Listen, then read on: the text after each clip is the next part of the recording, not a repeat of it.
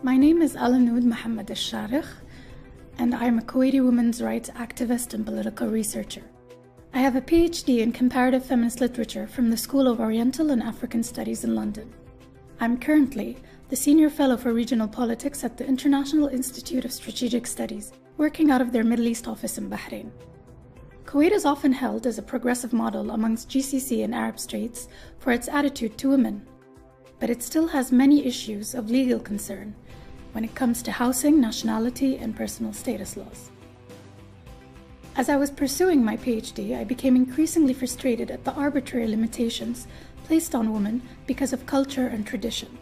I saw it playing out in Kuwait when National Assembly rejected an Emiri decree to give women full political rights in 1999.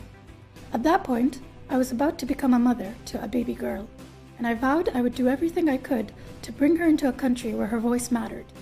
This led me to pursue and publish many articles and books on the gender issue, lecture abroad to raise awareness, and also devote myself full-time to lobbying for changing some legislations in Kuwait through petitions, brochures, and supporting female candidates when the Emiri decree eventually passed on May 16, 2005.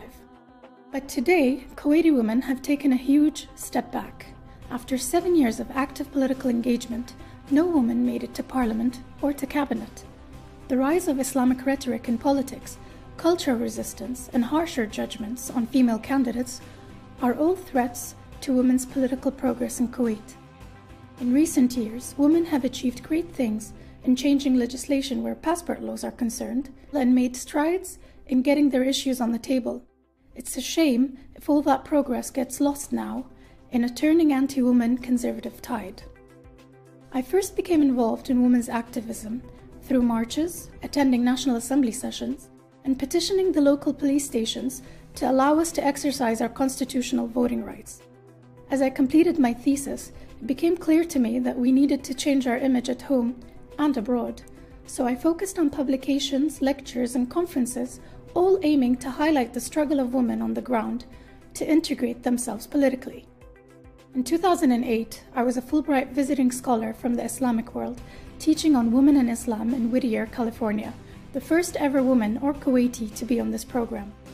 For 2 years, I gave a lecture to the British Defence Academy on Islam, females, and colonialism, all of which I related to women's experience here in Kuwait.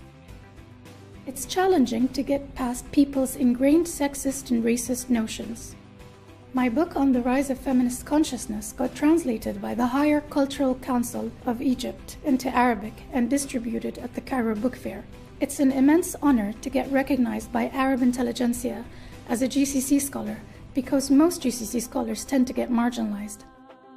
I get contacted by many young ladies in Kuwait and outside it who want to pursue an academic career in gender politics and who can see from my experience that instead of pigeonholing you, it can open many doors. The future of women's rights in Kuwait is among a parcel of human rights and personal freedoms that hang in the balance of political bargaining between the country's rulers and National Assembly MPs.